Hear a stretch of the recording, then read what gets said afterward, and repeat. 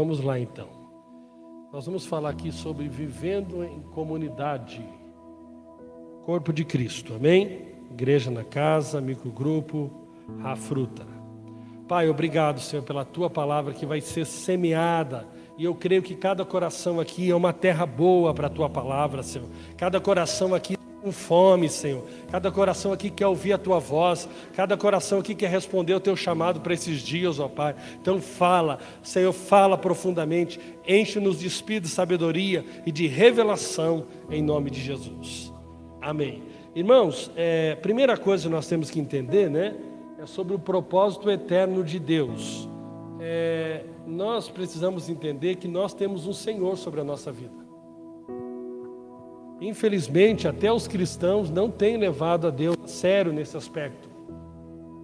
Então, Deus é o nosso Senhor. Jesus Cristo é o nosso Senhor, né? Ele não é apenas o nosso Salvador, mas Ele é o nosso Senhor. Então, quando Deus criou o homem, Deus criou o homem para um propósito. Deus, quando estabeleceu a igreja, Deus estabeleceu a igreja para um propósito. E nós precisamos sempre ter muito temor no relacionamento com Deus no que diz respeito à sua igreja. Por quê? Porque a igreja não é nossa, nem a vida é nossa.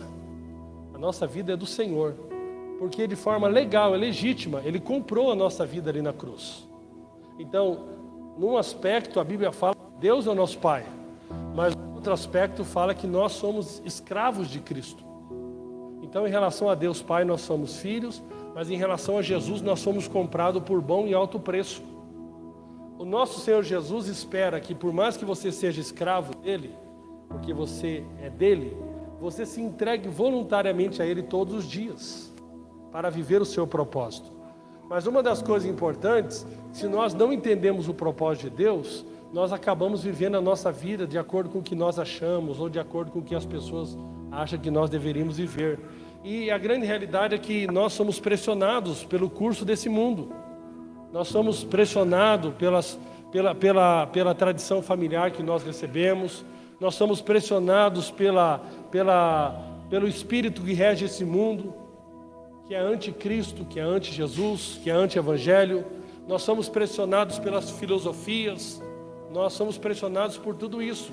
E esses espíritos, essas filosofias, esses conceitos de vida, muitas vezes querem tomar a nossa mente, né? E por isso que o apóstolo Paulo fala aos Romanos, no capítulo 12, que nós não deveríamos nos amoldar a este mundo, mas transformar-vos pela renovação do vosso entendimento. Então nós precisamos constantemente nos renovar a nossa mente. Amém? E o propósito eterno de Deus é uma coisa muito importante. Ao estudarmos, né, o propósito eterno de Deus, nós precisamos pensar sobre o ponto de partida, né? Que muitas pessoas limitam a Deus ao tempo e espaço que nós estamos, mas Deus não está limitado ao tempo e ao espaço, né? Porque se nós não entendermos a questão da eternidade, que Deus não tem começo e não tem fim, e que Deus não está limitado apenas ao tempo da criação, nós podemos definir o propósito eterno de Deus a partir do ponto de partida errado, né? Então é comum as pessoas interpretarem o propósito de Deus a partir da queda do homem. Então eles imaginam que o propósito de Deus é apenas, eu digo apenas, por mais que a salvação seja algo muito poderosa que Deus fez por nós, a salvação não é o propósito eterno de Deus. Deus não estabeleceu antes da fundação do mundo que ele projetou lá. Deus estabeleceu. O propósito eterno de Deus é aquilo que Deus estabeleceu.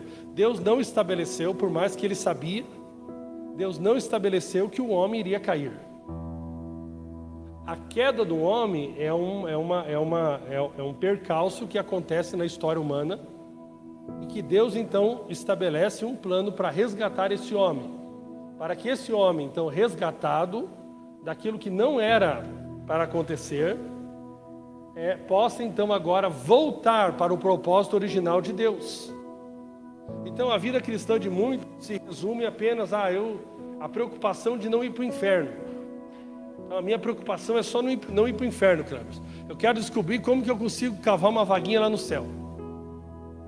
E eu quero chegar assim, como diz, né? Muito já se foi ensinado ali sobre a visão dos vencedores, por exemplo, né? E aí quando a pessoa descobrir o reino, reinar ou apenas ser salvo. Eu, sendo salvo aos 47 do segundo tempo, já está bom. Então, muitos têm essa visão apenas. Eu quero cavar uma vaguinha no céu.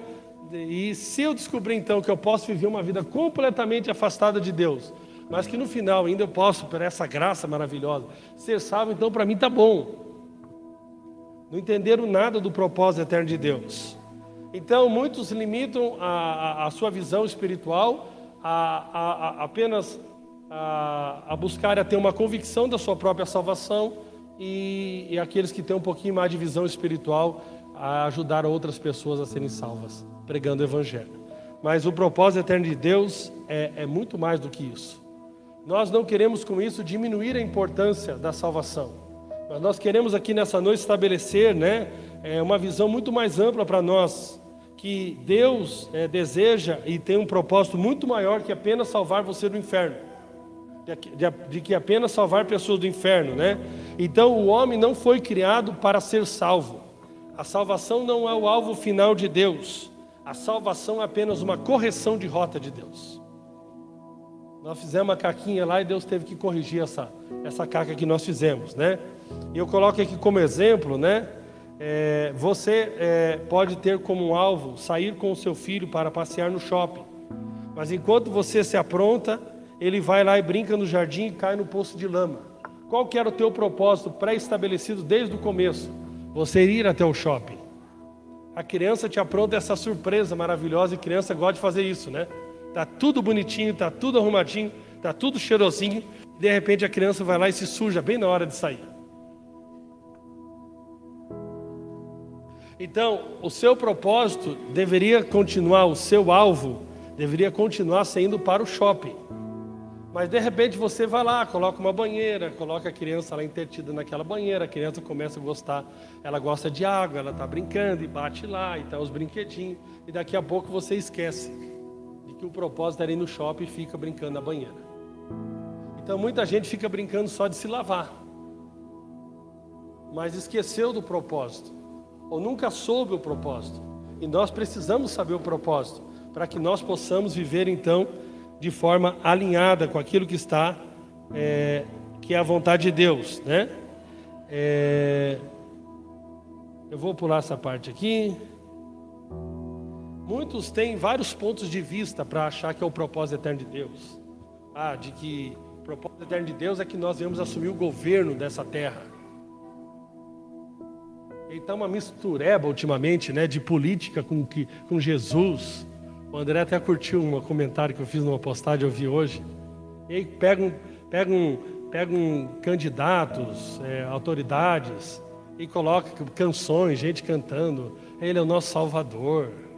Meu irmão, você acha que Deus entregou o seu propósito eterno para um político, e que agora o reino de Deus vai ser estabelecido por um presidente do Brasil?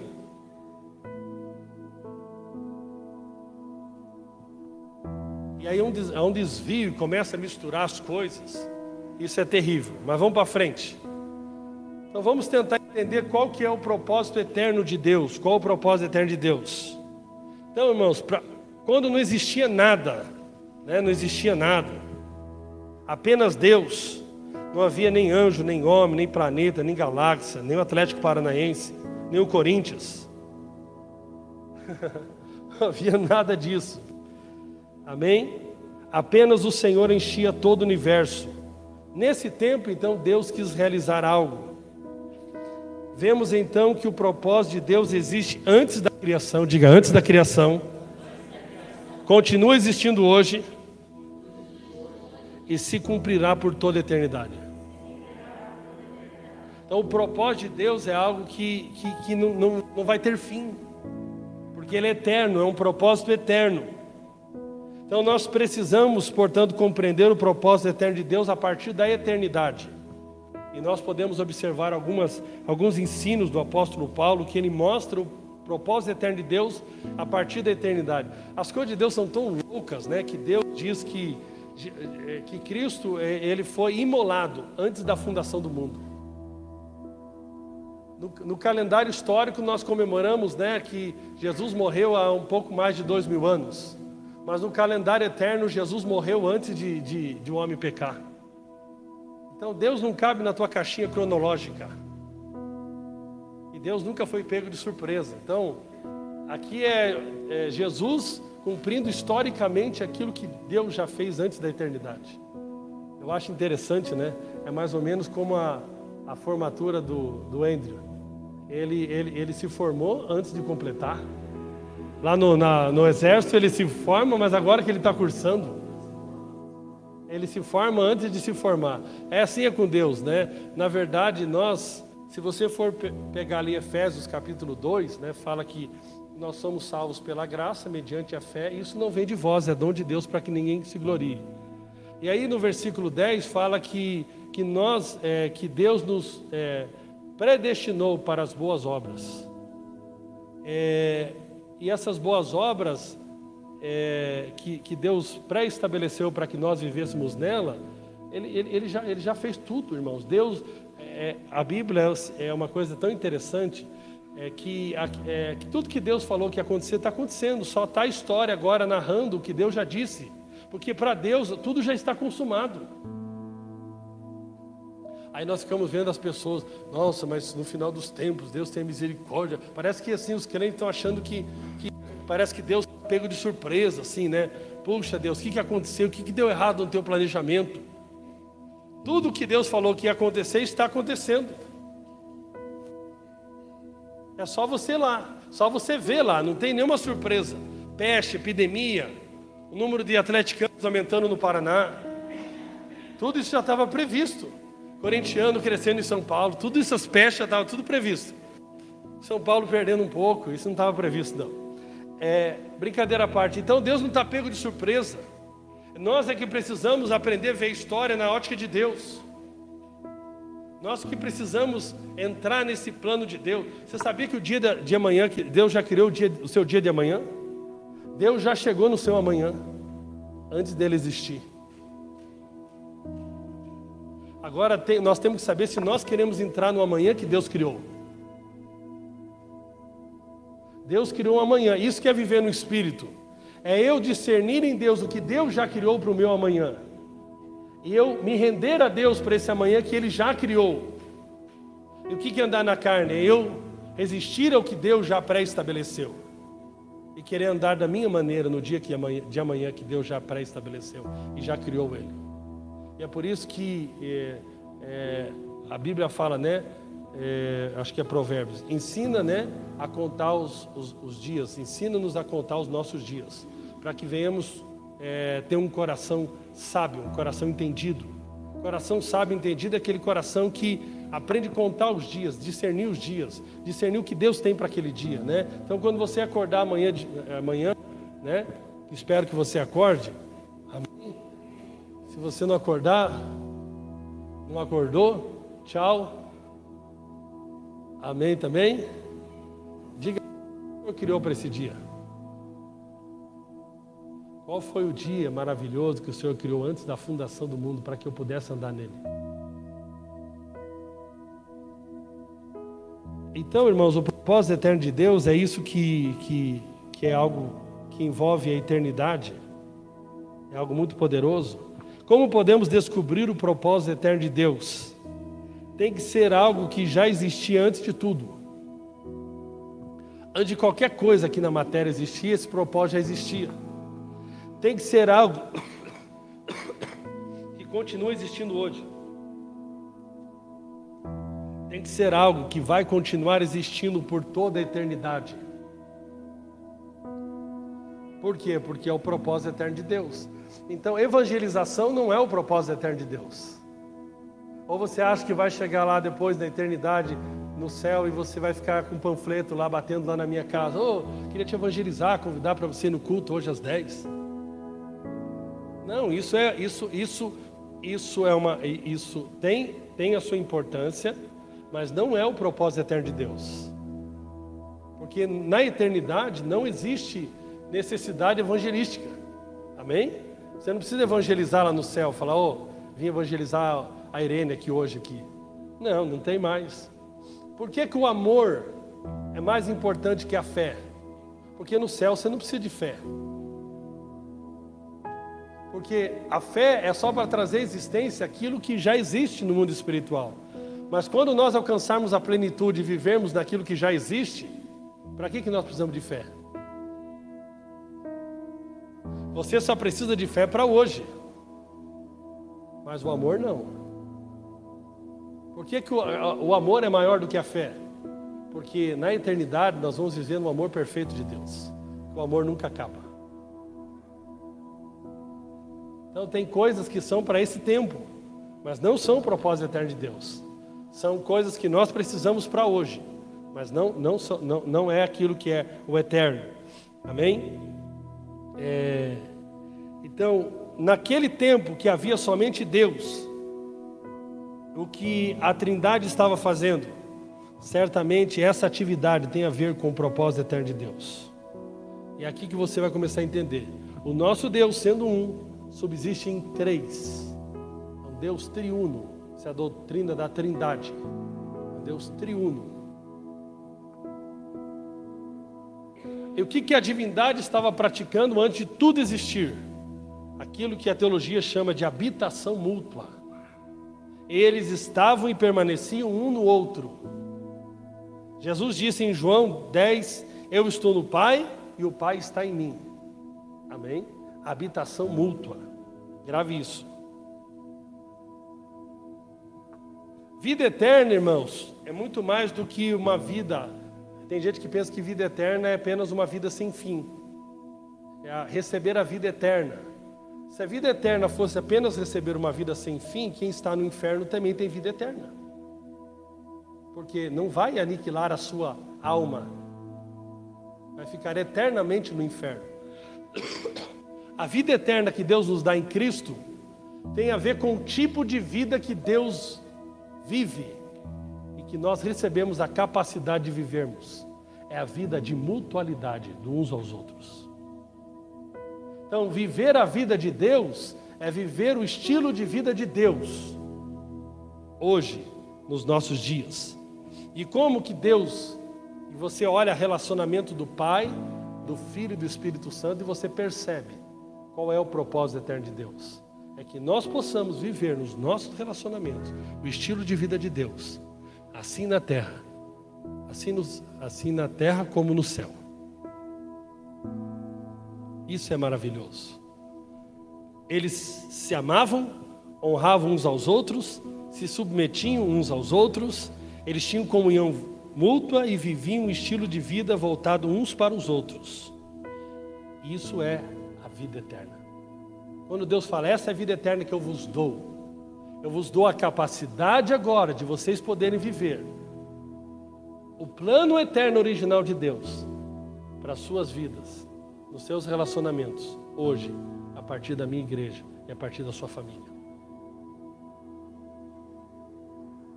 Então, irmãos, toda pessoa que se desvia para um relacionamento egoísta, individualista, está desviado do propósito de Deus. Então, é necessário para que eu possa viver uns aos outros a salvação que ninguém vai poder viver nesse padrão de vida sem receber a capacitação do alto. Porque o ser humano caído, por natureza caída, ele não se preocupa uns com os outros. Ele não tem disposição de amar os outros. Ele não tem disposição de se importar com os outros.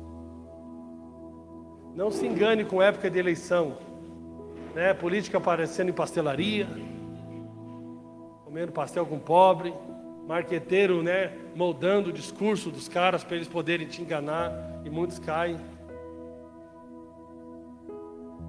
Então isso aqui é uma coisa muito poderosa. Isso aqui mexe muito com a estrutura da igreja, irmão. Você acha que ser cristão, e assim, é uma tristeza, é uma constatação muito triste. E para muitos cristãos se tornou um ritual de domingo, onde você vai num prédio, onde ele tem o melhor conforto possível. E hoje tem muito conforto. Hoje você encontra megas estruturas de igreja que, você tem muito conforto. Você vai lá, senta na melhor cadeira, você assiste um louvor assim fenomenal que você não encontra nem em CD, nem nem gravações profissionais em muitos lugares seculares. Maior tecnologia, você encontra grandes preletores e você encontra quase nada de vida da igreja no dia a dia.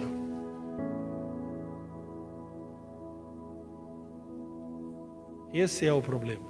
E nós somos atraídos, enganados e pensamos que isso está no coração de Deus.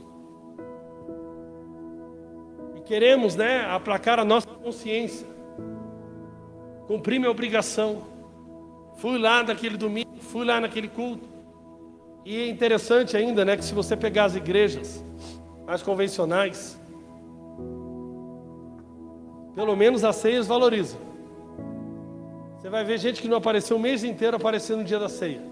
No nosso caso aqui, tem uns que nem no dia da ceia vão aparecer. Pelo menos é a sinceridade mais da carne, mas é sincero, Eu não ligo para os outros dias, nem para o dia da ceia. E nós estamos na sociedade aí que está demandando de nós trabalhar mais. Alta performance.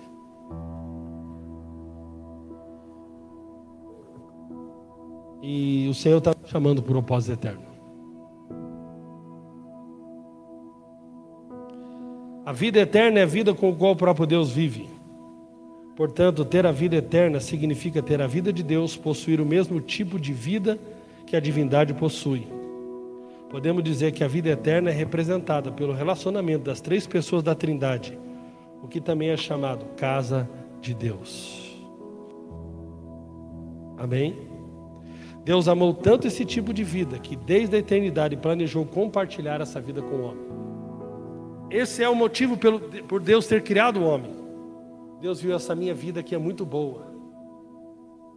Eu quero criar alguém conforme a minha imagem e semelhança. Eu quero compartilhar essa vida. Eu quero que outros vivam essa vida. Então Deus criou eu e você para viver a vida de uns aos outros. O texto bíblico de Gênesis 1:26 diz: façamos o homem a nossa imagem, conforme a nossa semelhança. Então, quando você pensa na imagem de Deus, a Bíblia fala do aspecto individual da imagem de Deus. A imagem individual de Deus é Cristo. Quando perguntaram para mostrar o Pai, Jesus falou: quem vê a mim, vê o Pai. Mas existe a imagem corporativa de Deus, a imagem coletiva de Deus, que é um Deus triuno, que é Deus, que é um, mas que subsiste na forma de três. Sendo um Deus triuno, ninguém pode expressar a Deus sozinho. Então, nós pensamos muito no caráter de Cristo, no aspecto individual, no caráter de Cristo. Mas nós pensamos pouco no aspecto da imagem de Deus, quando eu consigo transmitir a imagem de Deus, quando eu sou muitos ou alguns, mas que somos um. Então Deus é visto ali. A comunidade é vista ali. O propósito eterno de Deus é visto ali. E há uma autoridade muito forte, irmãos, quando nós somos muito, mas somos um. Um orando por uma pessoa é uma coisa. 2 ou 3 orando por uma pessoa é totalmente diferente. Vou te dar um segredo aqui. Você pode observar na Bíblia, nós vamos aprofundar mais aqui. Jesus nunca mandou ninguém sair expulsando demônios sozinho. Jesus nunca mandou ninguém fazer a missão sozinho. Quando nós estamos 2 ou 3 em nome de Jesus, nós temos a imagem de Deus. E o diabo vê Deus através desse relacionamento corporativo. Isso é muito poderoso. Irmãos, eu já tive experiência de demônios que resistiam muito para sair. Encontro mesmo com Deus, demônios que resistiam muito. Mas de repente, quando eu pegava 2 ou 3 irmãos em concordância e nós mandávamos expulsar aquele demônio, o demônio saía na hora. É muito poderoso. O diabo sabe tanto que a unidade que traz a imagem de Deus é tão poderosa que ele faz de tudo para você como casal estar dividido. Ele faz de tudo.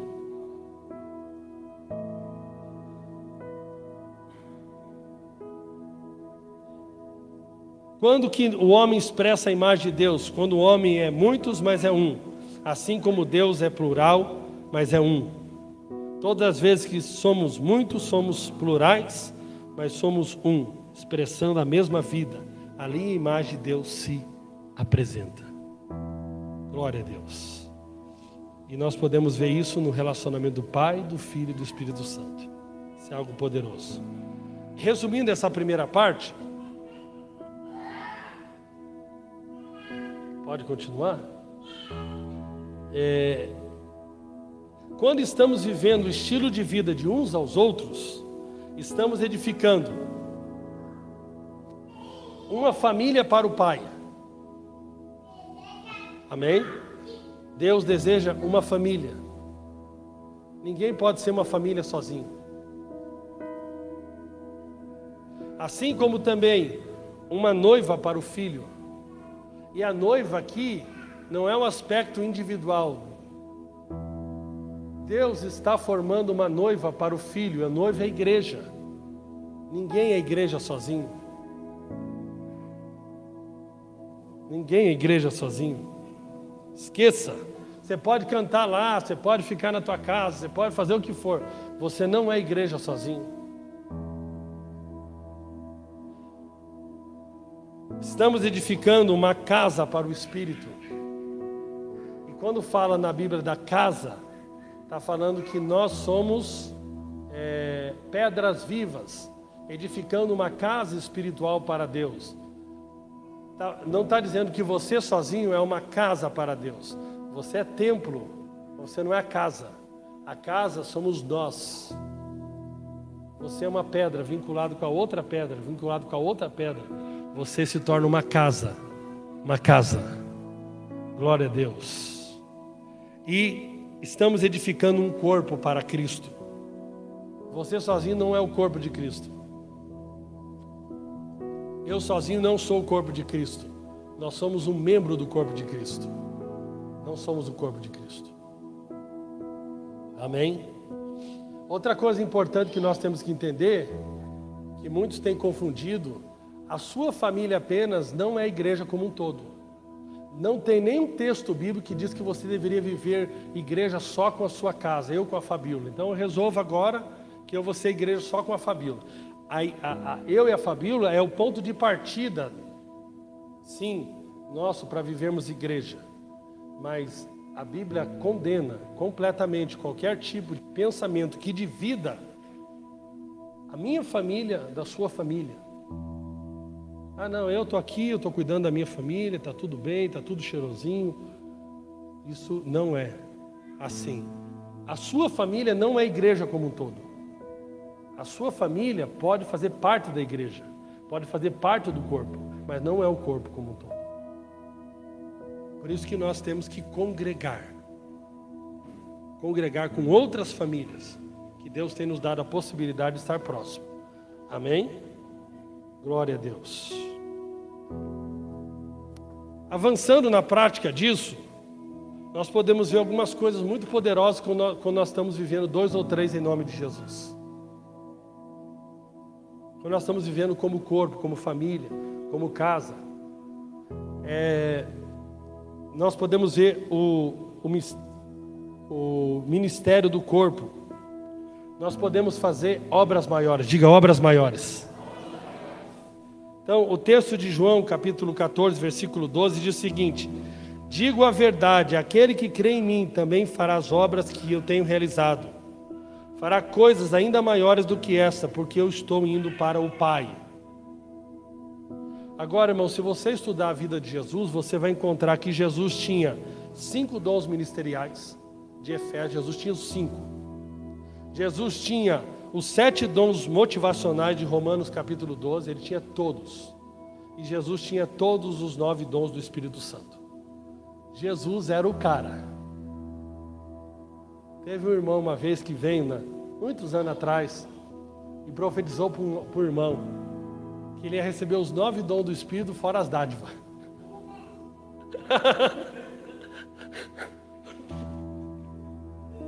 Rapaz, eu fiquei empolgado. Falei, irmão, você é o cara aqui nessa igreja agora. Você tem os 9 fora as dádivas, né? Rapaz do céu. Depois daquele dia eu não vi mais nenhum dono, irmão. Deu errado. Agora,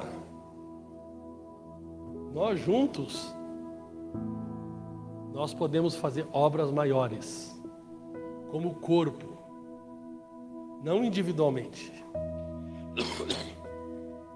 O diabo, sabendo tanto que a igreja só vai fazer obras maiores quando funcionar como corpo, ele limita de qualquer... Ele luta. Irmão, ele não tem problema de você frequentar uma mega igreja, escutar uma palavra bonitinha todo domingo, não fumar, não beber, não torcer para o Atlético.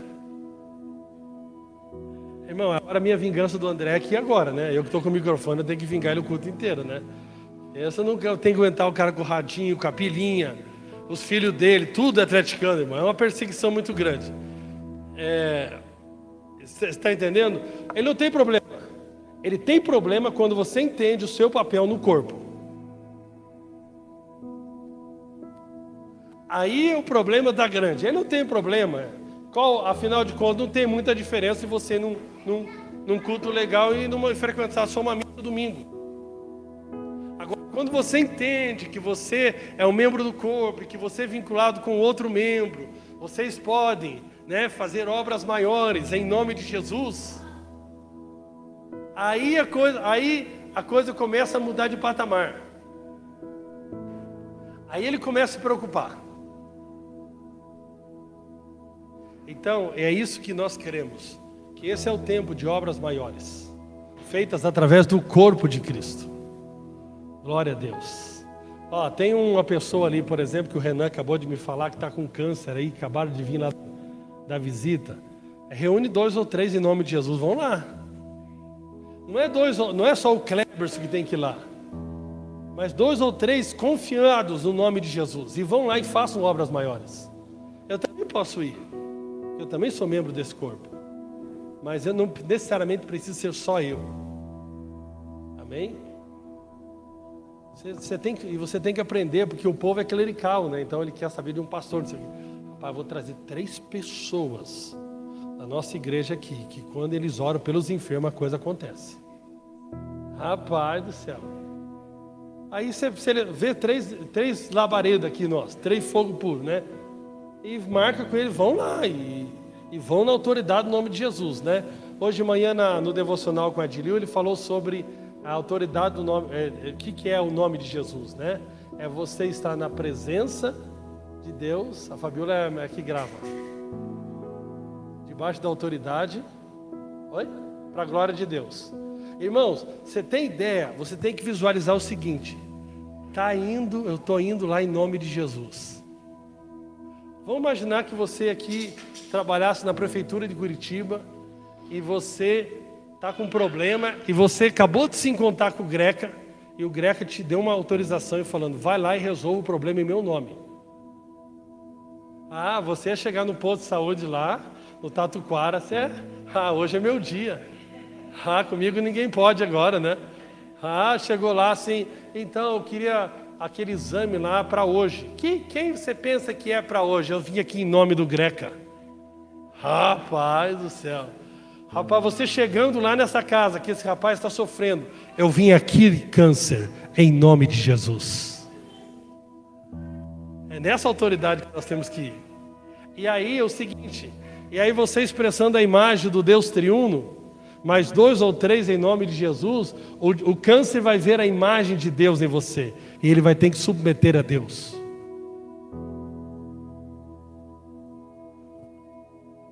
Por exemplo, se você chegar ali no quartel que o Andrew está trabalhando, você talvez conheça o Andrew aqui da nossa comunidade, eu sou o presbítero dele. Só que naquele momento que ele está fazendo guarda lá, ele está revestindo com a autoridade do exército. Se eu tentar passar lá, ele falar: senhor, o senhor tem que parar, o senhor não pode passar. Se eu tentar desafiar aquilo lá, eu não estou desafiando ele, pessoa física, eu estou desafiando a autoridade de quem ele está revestido, que é do exército brasileiro. Eu até perguntei para ele: será que tem algum doidinho que de vez em quando tenta invadir o exército? Ele falou que tem. Rapaz, eu mandaria bala, mano. Não tem comigo uma. Eu ficaria muito revoltado o cara tentar invadir o exército, né? É muita afronta, né? Você já pensou que com Deus é assim também?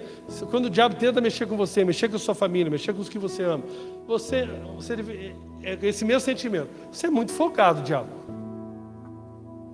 Você está muito folgado. Você está mexendo aqui? Ah, não. Então, obras maiores nos esperam se nós aprendemos a fluir no ministério do corpo. Amém? Outra coisa importante que nós temos que entender, como o corpo é tão importante. O enchimento do Espírito se dá através do corpo. Então você pode pegar os hinos do Cirilo lá e ficar... Esse dia me perguntaram, acho que foi lá na conferência, quantas canções eu posso cantar? Eu falei, depende. Se for do Cirilo, 2. Talvez uma, Antônio Cirilo. Às vezes nenhuma, né? Um dia ela peguei 50... Eu lá em São Paulo, ano passado, eu usava um dele que era 50 minutos. Eu falei, dependendo se for... Eu falei assim, dá um tempo para a pessoa, né? 30 minutos, não dá a música do Cirilo, não. Irmãos, esse aspecto devocional sozinho é bom, mas ele é pouco. Não tem como. As maiores experiências com a presença de Deus é corporativa. Ela que é aquela quebradeira, o povo começa a cantar, o povo começa a adorar. Você pode observar, se já faltar num culto como esse aqui, faltar muita gente, dia de frio, você já entra aqui e fez. Oh, aleluia, glória a Deus. A gente já começa que amém, vai ser bom hoje, aleluia. Tentando dar uma força para você, né? Que tem essa questão do ambiente.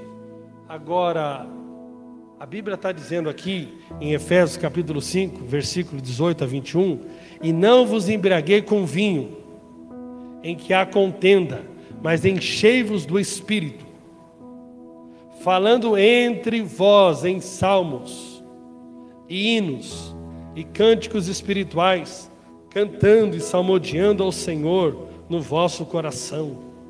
Aleluia! Uns aos outros, dando sempre graças por tudo a nosso Deus e Pai, em nome de nosso Senhor Jesus Cristo, sujeitando-vos uns aos outros no temor de Cristo. Ninguém é completamente cheio do Espírito sozinho.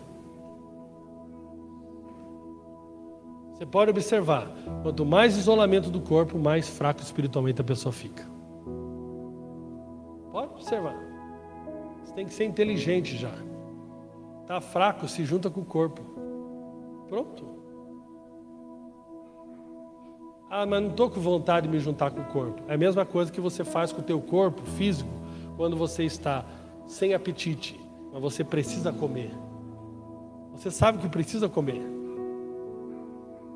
Você vai lá e come, mesmo sem vontade. A vontade é uma consequência, é depois.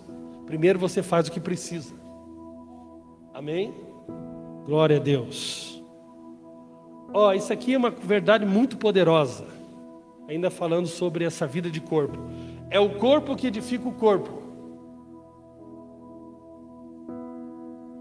E eu acredito que esse aqui é o maior problema. Aqui o texto diz, ele deu uns para apóstolos, e outros para profetas, e outros para evangelistas, e outros para pastores e mestres, aqui está doutores, querendo o aperfeiçoamento dos santos, para a obra do ministério, para a edificação do corpo de Cristo. E aqui vai falando aqui dessa vida do corpo de Cristo. O grande erro das pessoas é achar que esses 5 dons é que edificam o corpo. Esses 5 dons treinam o corpo para que o próprio corpo se edifique. O melhor pastoreio que acontece numa congregação é quando um está pastoreando o outro. Não é quando a congregação está esperando ser pastoreada por um único pastor. Esse pastor deve produzir um encargo e ser exemplo e modelo para o rebanho. Entretanto, todos devem se cuidar mutuamente. Isso é uma coisa poderosa. Isso é algo maravilhoso. Vamos lá então, vamos avançar. Baseado em tudo isso aqui que eu te dei de base, de fundamento, vamos tentar ser um pouquinho mais práticos aqui agora. Amém? Cadê o Anderson? Vai para frente. Isso. Baseado em tudo isso, como igreja, queremos praticar o discipulado do 2 ou 3, que na cultura judaica é chamado de rafruta. ou microgrupo. Vou explicar algo para vocês, irmãos. Eu fui tão impactado, faz tempo que eu não perco o sono por coisa boa. Porque a gente perde sono por coisa ruim, mas também perde sono por coisa boa. Por exemplo, você vai viajar no outro dia, você está tão empolgado com a viagem, você não consegue dormir. Então eu fiquei muito impactado assim por essa conferência, por esse irmão. E eu vou explicar aqui. O que é esse tal de Hafruta? Eu vou tentar. Discipulado, para quem é crente mais velho aí, você já ouviu várias formas de falar de discipulado. Eu já tentei muitas coisas para discipular pessoas. Nós já fizemos discipulado em grupo para quem era líder. Eu gostava até do discipulado em grupo. Nós já fizemos na nossa comunidade o discipulado 1 a 1. Eu mesmo discipulava 15 pessoas. 15 pessoas. Eu gastava 15 horas na semana para discipular 15 pessoas. Tinha alguns que era muito difícil, que a pessoa não fluía a conversa. E aí, meu irmão, como é que tá seus olhos? Tá bom, hoje está coçando um pouco, mas na verdade eu queria perguntar se ele não estava vendo nenhuma imoralidade, nada. E aí o casamento está tudo bom, e aí está tudo bom, está tudo bom. Então nós já tentamos fazer isso. Todas as tentativas foram positivas, no aspecto de tentar cumprir o que Jesus deixa claro, que ele fala: ide e façam discípulo de todas as nações. Agora, irmãos, já faz um tempo que eu entendo, e isso ficava um pouco piramidal. Então vamos lá. Se eu sento com o André ali, naquela posição só de que eu sou o discipulador do André, o André senta para me sugar e eu sento para dar algo para o André. Mas irmãos, ninguém tem o pão inteiro. É notório que se eu sentar com o André, existem áreas da vida dele que ele pode me ajudar mais do que eu posso ajudar ele.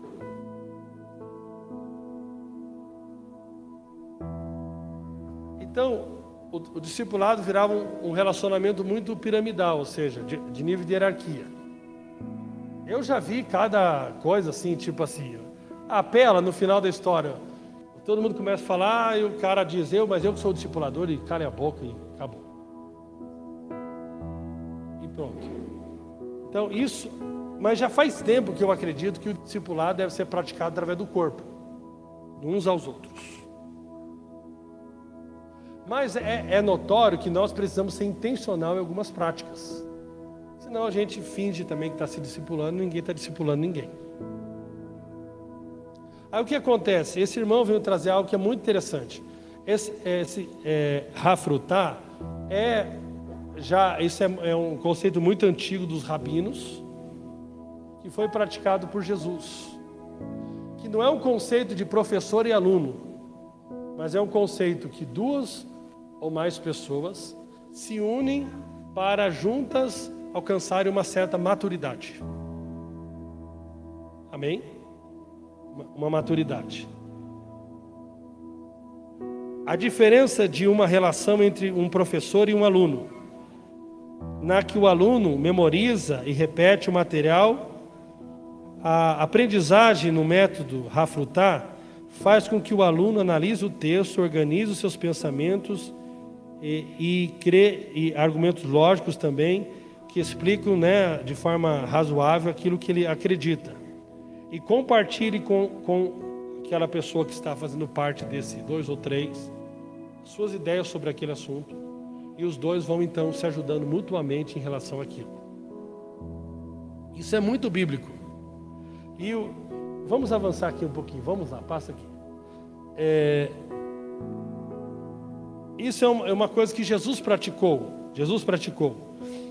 Em João capítulo 1 diz: ouvindo dizer isso, os 2 discípulos seguiram Jesus. Voltando-se e vendo Jesus que os 2 o seguiam, perguntou-lhes: o que vocês querem? Eles disseram: Rabi, que significa mestre, onde estás hospedado? Essa imagem aqui é muito interessante. Pode isso, deixa nessa imagem. Então a ideia é mais ou menos esse aqui, irmãos. Aqui, ó. 2 ou 3 que vão fazer algumas funções que a Bíblia manda fazerem como corpo e não só individualmente, mas sem ter aquela posição de hierarquia.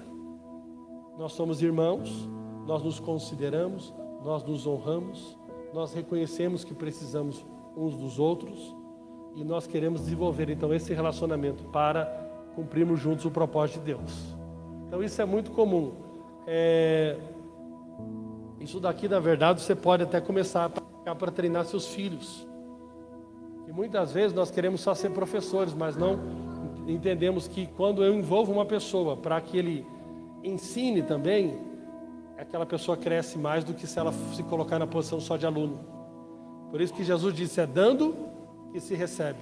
Se tem alguma coisa que você não consegue aprender, aprenda para ensinar, no sentido assim, se esforce mais para compartilhar, porque quando você conseguir compartilhar, você vai crescer naquela área. Amém? Agora que eu acho interessante esse detalhe aqui, muito, muito importante, né? Jesus disse, pois onde se reunirem 2 ou 3 em meu nome, ali estou no meio deles. Isso aqui foi uma coisa que Deus falou muito comigo na conferência. Quando nós nos reunimos 2 ou 3, quem é o cabeça daquela reunião? Jesus. Então o que acontece? Se eu reúno com o André, eu querendo ser o cara, eu sou o discipulador dele, eu sei tudo, e ele só tem que ouvir e baixar a orelha. Eu estou me colocando numa posição de cabeça. E eu não sou o cabeça. No corpo de Cristo só tem um cabeça, que é Jesus. Se eu sento 2 ou 3 em nome de Jesus, o que nós estamos dizendo? Coração humilde, coração quebrantado, honrando uns aos outros. Nós estamos dizendo que nós juntos honramos Jesus como cabeça e estamos dispostos a aprender uns com os outros. E não fica o peso de ninguém, porque é muito ruim você, né? Você ter que carregar aquele peso de que parece que você é o discipulador, que não tem problema nenhum, já amadureceu em todas as áreas, e que a pessoa que está ali, você tem que falar, como é que é com o Anderson? Com o Anderson, nossa, a gente acorda de manhã dizendo amor, todo dia, assim, é tão bom, e parece que não tem problema, parece que nunca teve dúvida, parece que nunca teve nada, e isso é muito ruim. Então, nós cremos, irmãos, eu gostei muito da imagem aqui com... Anderson, faça favor aqui.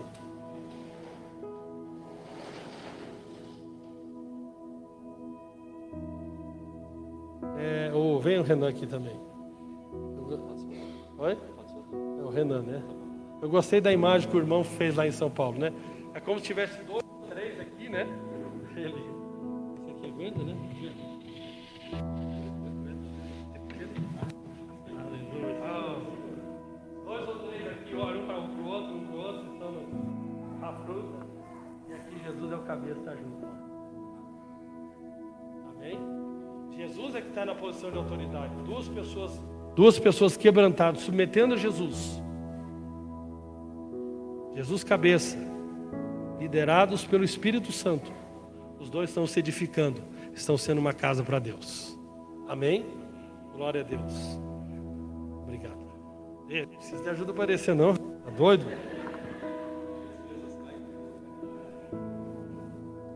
Olha que coisa interessante. Pode passar ali.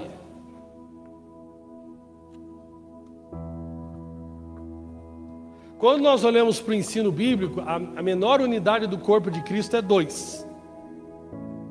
Não é 1, é 2. Porque 1 não é corpo de Cristo. Você só pode começar a dizer que está relacionando com o corpo de Cristo quando tiver mais 1. E aqui nós observamos Jesus em Atos 1,13. Observamos a Bíblia em Atos 1,13 falando: entrando, subiram ao cenáculo onde habitava Pedro e Tiago. Pedro e Tiago. Está falando de uma unidade de 2 pessoas. João e André, Felipe e Tomé, Bartolomeu e Mateus, Tiago, filho de Alfeu, Simão o Zelote, e Judas, filho de Tiago. Se você observar aqui, eles estavam funcionando como duplas. E esse E aqui significa realmente que eles estavam, né? Não era apontando que como se fosse um grupo de 12. Era um grupo de 12, mas que estava multiplicado de 2 em 2. Amém? Então, a unidade do corpo de Cristo é 2. A menor unidade da eclésia, da igreja, é 2 também. Digo a verdade, tudo que vocês ligarem na terra terá sido ligado no céu, e tudo que vocês desligarem na terra terá sido desligado no céu. Então tem coisa que você não desliga sozinho. Está deixando claro aqui que o ligar e desligar é no corpo. Também digo que se 2 de vocês concordarem na terra em qualquer assunto sobre o qual pedirem, isso será feito a vocês por meu Pai que estás no céu. Pois onde se reunirem 2 ou 3 em meu nome, ali estou no meio deles. Olha que poderoso, irmãos. Glória a Deus. 2 ou 3 mães orando em concordância por um filho em nome de Jesus. Glória a Deus. Não tem como não funcionar. Não tem como não funcionar. Quando você menos vê, o filho está rendido a Jesus. Glória a Deus. Está cheio do Espírito. A nossa missão como igreja, nunca Jesus mandou uma pessoa sozinha. Esse 2 ou 3 é a comunidade do Cristo ressurreto para ganhar vidas. 2 ou 3. Chamando os 12 para junto de si, enviou-os de 2 em 2 e deu-lhes autoridade sobre os espíritos imundos. De 2 em 2. Irmãos, nessa conferência foi a minha resposta, que no momento, pelo menos, eu não percebo que nós deveríamos de forma alguma fazer um encontro com Deus. Voltar aquele modelo de pegar apenas convidar pessoas e um pregador vai lá e prega. Não, nós temos que aprender a cumprir a missão de 2 em 2, indo nas casas onde as pessoas estão precisando.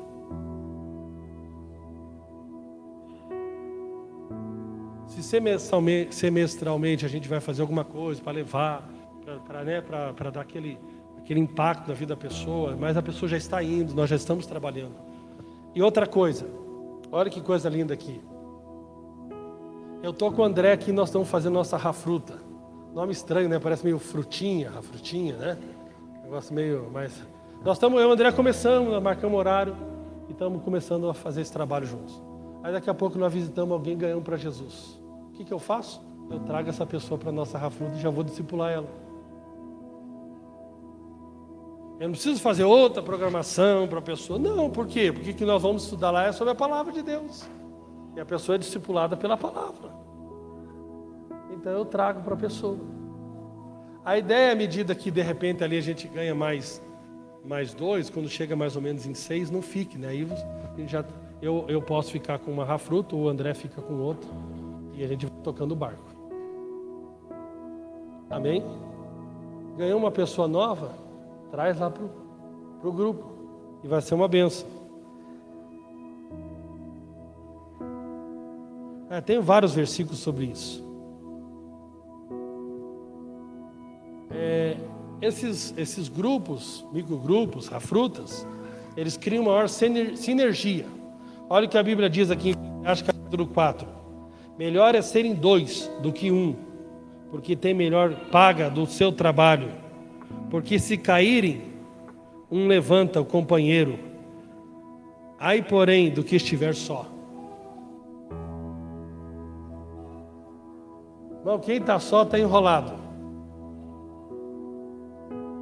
Pois caindo não haverá quem o levante. Também se 2 dormirem juntos, eles se aguentarão, se esquentarão. Agora no inverno você acha que já está claro, né? Mas um só, como se aquentará? Se alguém quiser prevalecer contra um, os 2 lhe resistirão. Um cordão de 3 dobras não se arrebenta com facilidade. Glória a Deus. Meu irmão, dá uma força para nós. Nós estamos 2 ou 3 em nome de Jesus. E não tem jeito da gente cair. Quando a gente está para cair, a gente fala para os nossos irmãos. Vai lá na reunião com 2 ou 3 e fala: não, estou passando por isso mesmo. Estou arrebentado hoje aqui. Estou arrebentado. Estou precisando mesmo hoje. Já se joga no chão, o povo já ora por você. É ou não é? Triste é aquela pessoa que não tem isso, ou que não se permite ter. O nosso irmão Etilio falou sobre esse cavalo belga, né? Que ele consegue arrastar sozinho 4.000 quilos, é o cavalo mais forte. Imagine 4.000 quilos ele consegue puxar. Parece eu fazendo musculação.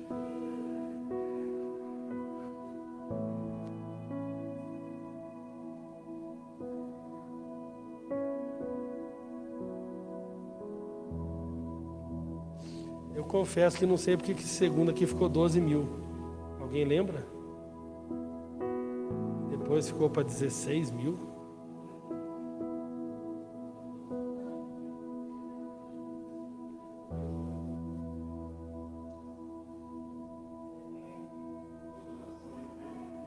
Ah, é? O Douglas é cultura.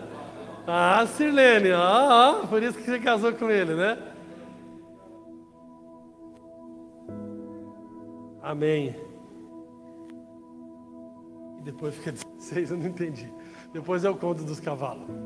Amém? Resumindo, irmãos, o que eu entendi, eu vou estudar melhor sobre os cavalos. Você estuda também. É que automaticamente, se fosse só dobrar, seria 8.000. Mas de alguma maneira eles, pela sinergia que eles têm, de puxarem juntos. Tá, eu lembrei agora. Por eles fazerem a tarefa juntos, eles conseguem puxar 16.000. Individualmente, um puxaria 4, 2 puxaria 8. Mas quando eles fazem a tarefa juntos, eles puxam 16. Cleber, o inimigo tentou me envergonhar aqui, mas passou vergonha agora.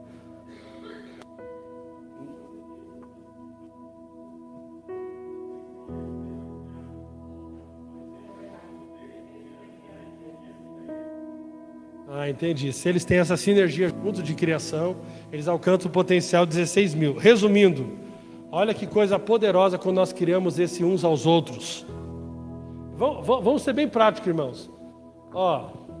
Eu vou te dar um exemplo prático aqui. Quanto fracasso na vida de oração?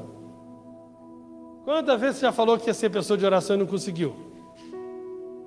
Vamos falar a verdade, orar amanhã, 6 da manhã, não é brincadeira. Mas quando eu estou comprometido com 2 ou 3 e marco um horário, muda. Não é com 10, 50, que não consegue nem se organizar na sociedade com tanta gente. Essa semana o Edilio marcou 6 da manhã. Eu duvido que eu oraria 6 da manhã essa semana. Passou. Eu orei por quê? Porque eu estava comprometido com outros irmãos para fazer isso. Então, eu cheguei à conclusão clara. Nós estamos aí patinando. Quando eu falo nós, se você for humilde, né, eu quero crescer em áreas da nossa vida, porque nós estamos tentando fazer sozinho. E primeiro que eu não sou cavalo belga nem sozinho, nem 4.000 quilos sozinho. Agora, se nós valorizarmos o corpo de Cristo e vivermos o propósito eterno de Deus, 2 ou 3, as coisas vão começar a mudar. Aquela área que você não rompia, você vai ver que vai começar a romper. Vai começar a romper. De maneira prática, irmãos, volta. Não. Vai para frente, aqui. Aqui, para aqui. Aí pode deixar nessa imagem aqui. De maneira prática, nós temos que fazer algumas coisas juntos. 2 ou 3. Adoração diária juntos. Que a Bíblia diz que nós temos que se apresentar a Deus como sacrifício vivo. E esse apresentar a Deus é juntos. Irmãos, que coisa linda é você, como Deus está dando uma revelação. Eu já preguei, nós já fizemos um retiro sobre isso, a espiritualidade integral. Mas Deus está trazendo uma nova perspectiva de revelação, assim, de que realmente eu sou completamente de Deus e que eu não tenho que estar na presença de Deus, eu tenho que viver na presença de Deus. Eu não posso me envolver nada, se não for com aquilo que Deus quer. Aí quando eu junto com os meus irmãos, 2 ou 3, diariamente, nós ali começamos a nos render a Jesus. Juntos, no horário que nós podemos. Aí eu começo a orar. Aí daqui a pouquinho o André começa a orar. A oração do André já é uma oração que é uma pregação para mim, porque é o coração dele vindo para mim e o meu coração indo para ele. Você já foi edificado pela oração de outra pessoa que ela ora e a oração dela move o teu coração? Fala, meu Deus, é isso mesmo. Olha como eu preciso disso aí. Esse é um ponto. O outro ponto é aquilo que nós falamos da comunhão diária. O que é comunhão? eu me doar para o outro e o outro se doar para mim. Isso é a verdadeira comunhão. E de maneira prática nós fazemos isso cuidando uns dos outros e ensinando um ao outro. Então todo dia nós pegarmos uma porção da palavra, pode passar ali, na verdade tem um outro, aqui, ó, para aqui. Nós pegamos uma porção da palavra, lá na live do Edilio, ele faz uns 20 minutos de devocional, ele prega, mas no nosso caso não é assim que nós vamos praticar, porque nós não queremos, não queremos que as pessoas precisem ser pregadores para fazer isso. Mas nós vamos fazer como nós já acreditamos hoje, que temos feito até nos nossos home churches. O que é? Nós pegamos uma porção da palavra juntos, e o objetivo final é 45 minutos total. Não é nada assim, meu irmão, porque se nós formos constantes todos os dias, chega num ano, nós estamos assim, bombando. Então, a gente lê uma porção da palavra. Esses dias nós lemos lá Tiago, lemos só 3 versículos, só 4 versículos, e já foi o suficiente. Aí eu estou olhando com o André, nós acabamos de se render ao Senhor, ali eu orei, ele orou também. Não vai demorar muito, porque é 2 ou 3, não é muita gente. Aí beleza, aí nós pegamos, e aí André, vamos estudar o quê? Vamos começar lá de Mateus, nós vamos estudar a Bíblia toda juntos, nós vamos estudar tudinho. Aí beleza, nós começamos a ler lá, conseguimos ler 5 versículos. Aí a pergunta que é, qual a verdade que Deus falou ao teu coração hoje? O que Deus falou ao teu coração? Aí o André fala o que Deus falou com ele, eu falo o que Deus falou comigo.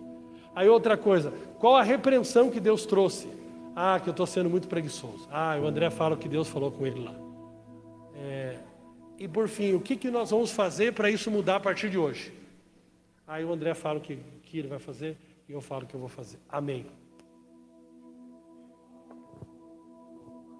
É isso. Hoje Deus falou lá de manhã que para nós sair da vida do piloto automático, nós rendermos a nossa vida a Deus mesmo e não ficar tomando as decisões sem consultar a Deus. Então, eu vou lá em adoração, me rendo ao Senhor, entrego o meu corpo como sacrifício vivo, depois nós se pastoreamos, ali depois eu tenho a oportunidade de falar, André, queria que você orasse por mim, tem uma consulta médica essa semana, amém? Beleza, e você? Tal, eu também. Amém, glória a Deus. Olha o vínculo que vai criando, amizade, isso é muito poderoso. E por fim, nós vamos começar a estabelecer um tipo de relacionamento que nós vamos querer fazer visita juntos. Aí o André falou, Cleber, se eu estou com uma visita lá, um amigo meu lá tal, vamos visitar lá? Vamos visitar. Aí eu falo com o André, sábado dá para nós visitar lá 3 horas que nós temos eu tenho uma visita que precisaria da tua ajuda. E nós vamos estabelecendo esse relacionamento, sem peso, bênção, e vamos crescer. Eu tenho certeza que nós vamos romper em áreas que nunca rompemos. Amém? Não tem ideia de que horas são agora. Que horas são agora? Oi? Glória a Deus. Então tá bom. Vamos fazer um tempo prático aqui, nós encurtamos o louvor hoje para isso. Amém? Você vai fazer uma dupla, homem com homem, mulher com mulher. Amém? E nós vamos fazer aqui esse tempo. Primeiro, nós vamos fazer esse tempo de oração de rendição. Amém? Primeiro ora. Eu vou aqui, por exemplo, Senhor, Pai, estou aqui, é minha vida. Eu quero, Senhor, entregar ela completamente a Ti nessa manhã. Tua palavra diz, Senhor, pelas Tuas misericórdias, nós deveríamos apresentar o nosso corpo como sacrifício vivo, santo e agradável a Ti. Ó Pai, por causa do Teu infinito amor por mim, pela minha casa, Senhor, eu sou constrangido, ó Deus, a viver cada dia mais, Senhor, rendido à Tua vontade, ó Pai. As áreas, Senhor, que ainda não tenho, Senhor, entregado completamente a Ti, meus pensamentos. Aí você começa e vai fluindo, amém? Nós vamos ter mais oportunidade de falar teoricamente, mas vamos praticar. Aí depois que nós vamos fazer isso agora, 10 minutos, talvez até menos, porque vai ser de 2 em 2. Depois você vai falar com essa pessoa essas 3 perguntas. Aí o Anderson vai deixar aqui. Qual foi a verdade que Deus falou com você hoje? O que Deus falou com você hoje mais forte? O que Ele te repreendeu? Ixi, eu estou fora, estou vindo só no culto aqui, meio mais ou menos ainda. E qual que é a correção? O que você vai O que você pretende fazer a partir de hoje para mudar esse quadro? Amém? Então tá bom. Agora nesse tempo de oração, antes vai fazer um fundo aqui, amém? Para você poder orar. Vamos colocar de pé agora então.